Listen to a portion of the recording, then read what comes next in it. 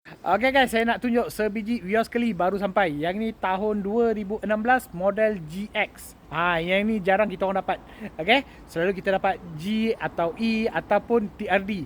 Ni dia tengah-tengah antara G ke TRD. Ni tengah-tengah dia, GX. So siapa yang nak tahu apa yang kelebihan kereta ni, jom stay dalam video ni, saya tunjuk sikit. Nak masuk loan, full loan kosong deposit, bulanan 600 je.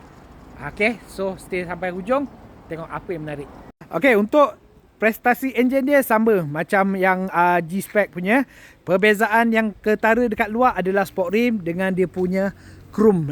Dia datang dengan chrome design ni, termasuk dengan lampu dia punya. Okay, so body kit dia pun nampak lebih sporty berbanding dengan G-Spec punya. Tapi body kit ni ada setengah-setengah customer dia boleh tukar lah. Okay, dekat belakang ni boleh nampak dia punya emblem GX. Untuk bahagian dalam, sama pakai push start button dua-dua, cuma dia punya seat dia datang dengan two tone color. So dia nampak lebih executive, nampak lebih eksklusif sikit, nampak lebih sporty juga. So dalam dia datang dengan push start button. Jom kita start sikit. Radio semua pakai touchscreen, reverse camera semua ada. Interior semua masih cantik lagi. Kalau kau tengok. So mileage pun rendah, 127,000 sahaja.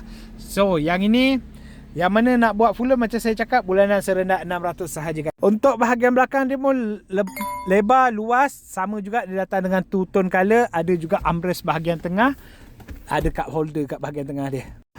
Untuk brake disc dia datang depan dengan belakang. So 4 tayar datang dengan brake disc.